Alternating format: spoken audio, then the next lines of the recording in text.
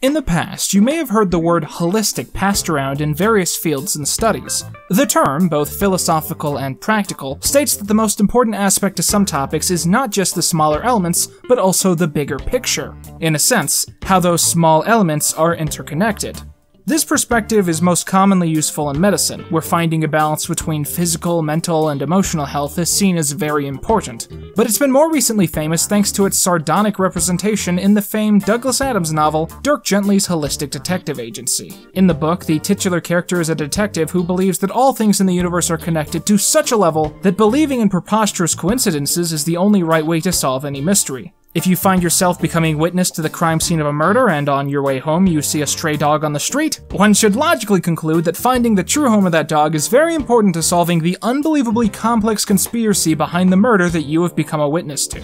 This is, of course, entirely ridiculous. If real detectives spent their hours presuming that what they had for breakfast is somehow important to a crime that had been committed the same day, then a lot of crimes probably wouldn't get solved. But Dirk Gently isn't a commentary on the real world, but instead on the preposterous nature of the convenient way that many fictional universes are perceived.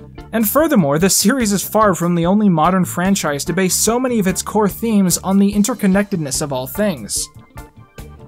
Dan Povenmire often has recalled that his mother always insisted that he never waste a single day of his summers away from school, and he did his best to follow that advice to the letter, spending many of those weeks playing in the backyard or making home movies with his family's Super 8 camera.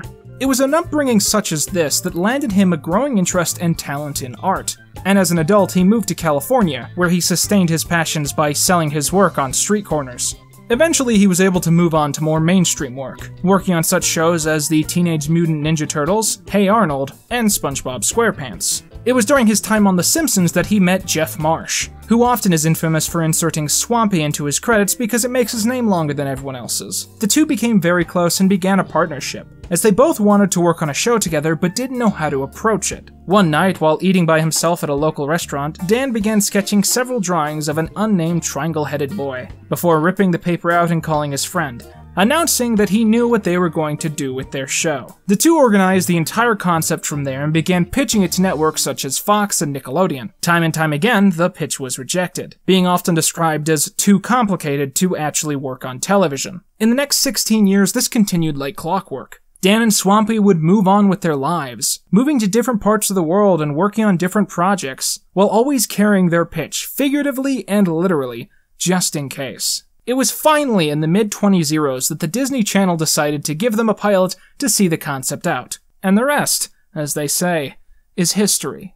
For those of you who have never seen an episode of Phineas and Ferb, here's a brief rundown. The series takes place during the summer vacation of two stepbrothers, Phineas and Ferb, who vow to make every day of their summer vacation special and interesting. The catch is that all of their ideas are so massive and industrial that they seem totally inappropriate for a group of kids, and thus destined to end in catastrophe. And because of this, their sister spends the majority of her summer vacation trying to bust them to her parents, often to no avail. That often repetitive story makes up the A-plot of most episodes, and it certainly seems like enough to fill an interesting 11-minute segment of any story. However, what makes Phineas and Ferb really stand out is the other half of every episode, the yang to Phineas and Ferb's ying, Professor Heinz Doofenshmirtz. Doofenshmirtz is a satire of the prototype Bond villain. He's an evil scientist with an endlessly long and tragic backstory who spends every day of the summer plotting evil. Sometimes that means taking over Danville in the tri-state area, but on most occasions it's something incredibly mundane and poorly thought out. For instance, on one occasion he plans to launch Big Ben into space and then land it near his apartment, entirely because he finds his watch too hard to read. As you can probably guess, Doofenshmirtz's plans are so ridiculous that they seem doomed to end in ultimate catastrophe. But many of them seem like they might actually work if it wasn't for the interference of Heinz's ultimate arch-nemesis, a secret agent named Perry the Platypus, aka Agent P. The A and B plots of the show might initially seem wholly irrelevant to one another, but in actuality they're strongly interconnected in numerous ways. The most obvious of these being that Agent P's secret identity is that of Phineas and Ferb's pet platypus, most well known for not doing much. It goes far past this, however, and I would argue that the greatest charm to the show overall is seeing how the two storylines of each episode do end up mirroring each other, and furthermore how the two elements usually cross paths at some point. Phineas and Ferb's projects, which are often ridiculous hazards and eyesores, often end up being whisked away or destroyed just before Candace can return home with her mom. These events are often directly caused by the B-plot. You almost get the sense that these two groups of people are the balance to one another's lives and schemes, as if blundersome evil and chaotic fun manage to cancel each other out, saving the town from likely destruction from one or the other. For instance, the only reason that Phineas and Ferb's city-sized roller coaster track disappears in the first episode is that Heinz's gigantic magnet gets attached to a helicopter and drags it to the other side of town. Phineas and Ferb will create plans involving an insane amount of frozen yogurt, and Doofenshmirtz will happen to have an evil plan that involves melting things from a distance. You get the idea. As the series progresses, Candace becomes increasingly paranoid about how every story transpires, and convinces herself to the existence of a mysterious force that always helps Phineas and Ferb and hinders her from attempts to bust them. As audience members, it's easy to laugh at this knowing the truth, that these circumstances are most usually the result of a secret agent platypus fighting an eccentric man dressed as a pharmacist. But when one really considers the events of the series as a whole instead of as individual parts, and how scientifically consistent the mysterious force proves to be, we can all come to one simple conclusion. Candace is right. The mysterious force is not a theory, not a vague guess, but a constant to this universe as it exists to these characters. Even when Phineas and Ferb's antics are unaffected by the B-plot, the same patterns form around them. Their plans always make no sense and should either fail to work or put them in extreme danger. They push through, gathering an impossible amount of materials in no time with few resources, and have an adventure which is rarely impacted by any disastrous consequences. Then, in a moment's notice, everything is fixed and nothing has to be brought up about the affair ever again. This is most obviously an in-universe representation of the writers trying to keep the formula of the show consistent. Phineas and Ferb can never get caught by their parents because it would mean the end of the show. And in the same way, the stories in the A and B plots could never cross paths naturally because their respective innocence is the core factor to every single episode taking place. What this all results in is a sort of in-universe mandate surrounding the two characters and their reputation. That being, when Phineas and Ferb are involved, anything that can go right will go right. Phineas and Ferb ran a total of 8 years on the Disney Channel network, totaling 222 episodes and 1 movie. Enough stories to span 2 whole summers and a couple of Christmases as well. Its legacy has become that of one of the greatest animated programs of the last decade, a household brand enjoyed by children and adults alike. It might seem like I'm jumping the gun here and discussing the end of the show so quickly, but Phineas and Ferb is the kind of show which becomes most interesting and worthy of analysis in its own afterlife, long after most have presumed that the curtains have drawn. And to most greatly understand this show, we have to discuss another. In 2015, several years after the end of their most famous work, Dan and Swampy returned to the Disney Network to produce a brand new show, entitled Milo Murphy's Law. The series is inspired by the concept of Murphy's Law, an old adage which stipulates that anything that can go wrong will go wrong. The program has a lot of similarities to Phineas and Ferb. It's set in the same universe and even the same town and features the same cheery tone. But in most other ways, the shows are apples and oranges, extremely enjoyable and worthy of praise, but in totally different ways. And the reason that these two shows are so different boils down to their slightly different interpretation of the same basic theme, the interconnectedness of all things. Milo Murphy comes from a long line of Murphys, men so unlucky that they've become accustomed to bad things happening around them. Even a walk from one part of town to the other might result in constant destruction, if not for Milo's resourcefulness, as his backpack is always packed with enough materials to solve any situation. Phineas and Ferb is about the main characters attempting impossible and insane feats with everything going right, creating the best days ever. And Milo Murphy's Law is about characters who are trying to do ordinary things, where everything goes wrong, descending their evenings into pure chaos. While Phineas and Ferb are organizing a backyard carnival or trying to prove the existence of the Loch Ness Monster, Milo Murphy is trying to get to school, or is playing game night with his family. All three have equally exciting lives. The difference is merely if this is by design or by chance. One of the greatest differences between how the two shows play out can be easily understood if one studies the B-plot of Milo Murphy's Law. In this case, the yang to Milo Murphy's yin is not Professor Doofenshmirtz, but none other than Cavendish and Dakota. The first time we see these two characters is during the first few episodes of the show, where their presence is barely anything more than a running gag. We always see the pair involved with selling pistachios, and their stock is always destroyed because Milo is nearby. Surprisingly, only a few episodes later, this gets totally flipped on its head, and we find out that these two are actually not pistachio salesmen at all, but time agents from centuries into the future sent back to protect pistachios from going extinct.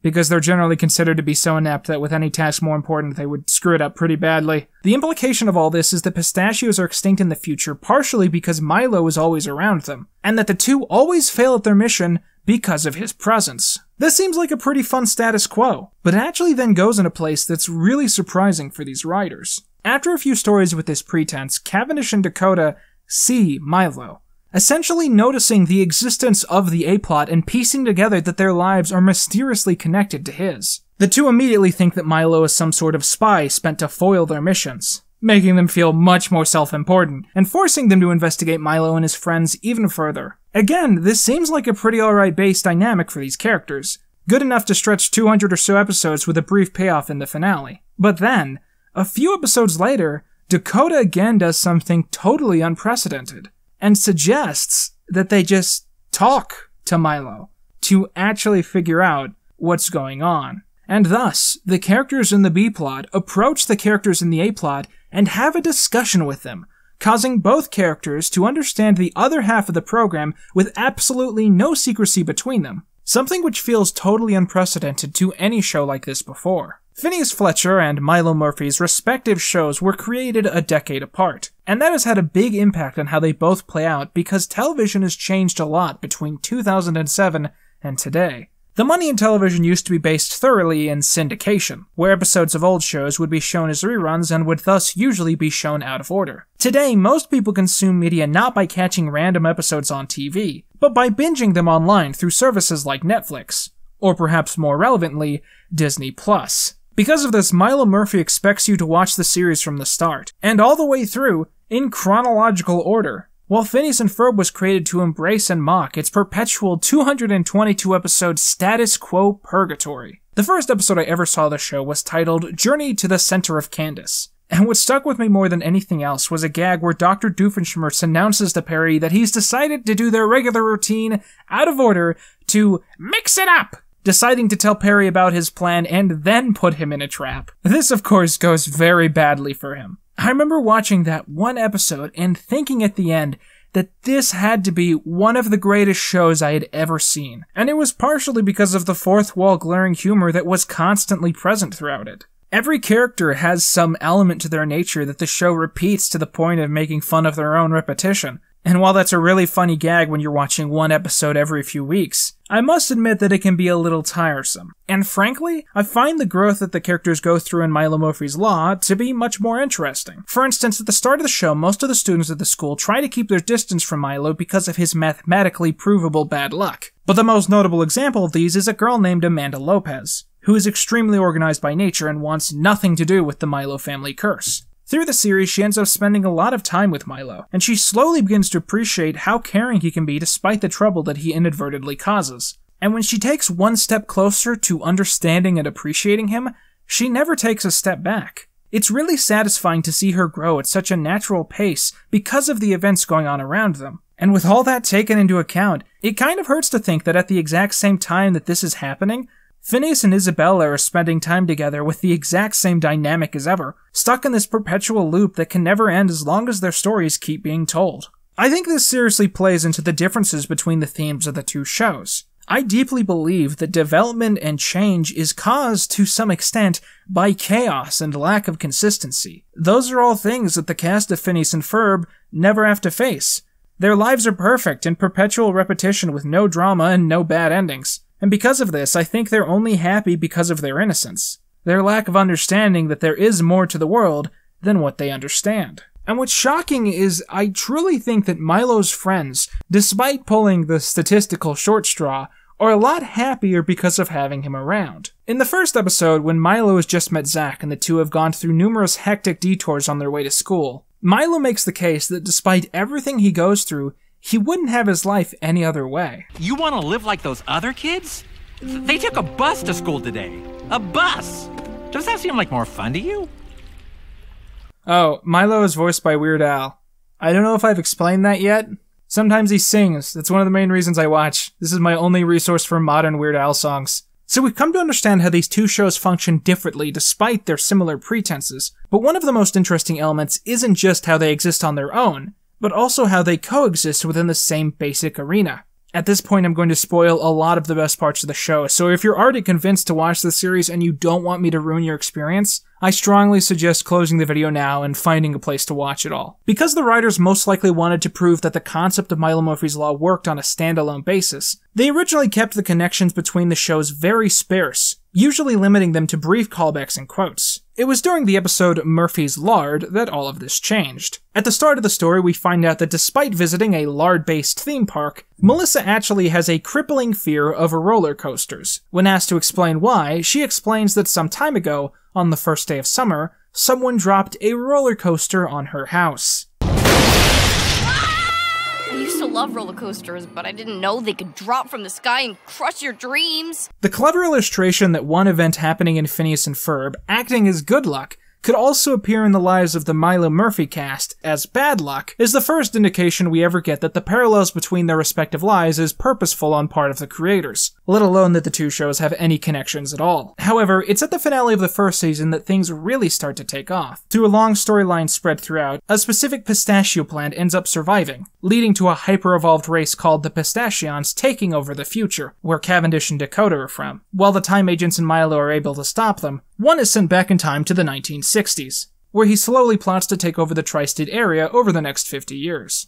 Milo and the time agents end up trapped in a dystopian present, being taken over by Pistachions, and realize that the only way to fix the situation is to find the man who will one day invent time travel, who the agents only know as Professor Time. When they investigate Professor Time by going to his address as listed on their devices, the man they discover there is none other than Professor Heinz Doofenshmirtz, who, having turned good during the series finale of Phineas and Ferb, will apparently one day invent time travel and take on a new alias for branding. What follows is a 40-minute crossover epic bringing together the best elements of these two shows, as Phineas and Ferb cross paths with Milo Murphy and the group decide to find a way to weaponize the confusion that occurs when the mysterious force meets Murphy's Law. I won't spoil the entire special because it's really something worth seeing on your own time. What's actually interesting to me is what happens after it. With most crossovers, they happen in such a contained way that they don't tend to affect the worlds of either show. However, in this case, the episode actually permanently changes how the show plays out. Dr. Doofenshmirtz becomes a recurring main character in Milo's world, and several other Phineas and Ferb characters begin also showing up rather often as a result of this. This is interesting in part because it's a side of this character that we've never had the chance to see before. We've always accepted Heinz as this cartoonish evil failure who spends every day of his summer doing the exact same thing with the same people, and always fails to grow. And now instead we get to see him living a new life on the side of good, trying something new every week and often failing to find success, all while this idea of Professor Time, this person that everyone expects him to become, lingers over his head. Heinz Doofenshmirtz has evolved so much over his existence on TV, that while he once was this general spoof of all bad guys, he's become this very deeply relatable and somewhat tragic figure who just wants to right his wrongs and move on, but is having trouble handling the transition between the two worlds that he seems to have leaped between. This is something that's been built on pretty heavily in both shows, and I think it's partially that the writers of Phineas and Ferb started to feel really bad for this character they'd made and tormented for years, so they started to make him a little bit less of a bad guy as time went on. And I've really loved seeing him again after all these years, and it's really exciting to think that his new lease on life in this new show he's been sent on hasn't even been concluded yet, and I'm just so excited to see what they're going to do with all this. I'm worried that people are going to watch this video and see it as me trying to trash one of these shows while praising the other, but that couldn't be further from the truth. Phineas and Ferb and Milo Murphy's Law are both fantastic shows, but for entirely different reasons. The former is this brilliant representation of the vague image we all have of what childhood was like. As much as it's literally about these characters having these adventures, it's also a little bit about what it's like having an imagination as a child. And because of that, the tone and pacing tends to fit what they're going for. Milo Murphy's Law is about characters living real lives in a world that doesn't make sense, but trying to enjoy it despite all that. Under that lens, the show represents a lot of what it's like to actually live your life as a real adult. Always pushing to see the next day and taking it all for the ride, despite the numerous ways that things seem to go wrong. These are shows about holistic harmony and holistic chaos. They are so close yet so apart, and are by far the two most brilliant representations of purposeful theming that I've seen in television in a very long time. Thank you for watching again this week, guys. If you'd like to see more content like this, be sure to check out some of my other videos, like the one currently popping up, hopefully. Also, you may notice some names crawling at the bottom of the screen as of now. These are my supporters who have donated $6 or more to my Patreon. Patreon supporters also get early access to scripts and even finished videos just like this one. So if you're interested in any of that, check out the link in the description below. With that, I've been Quinton Reviews, and that's all you need.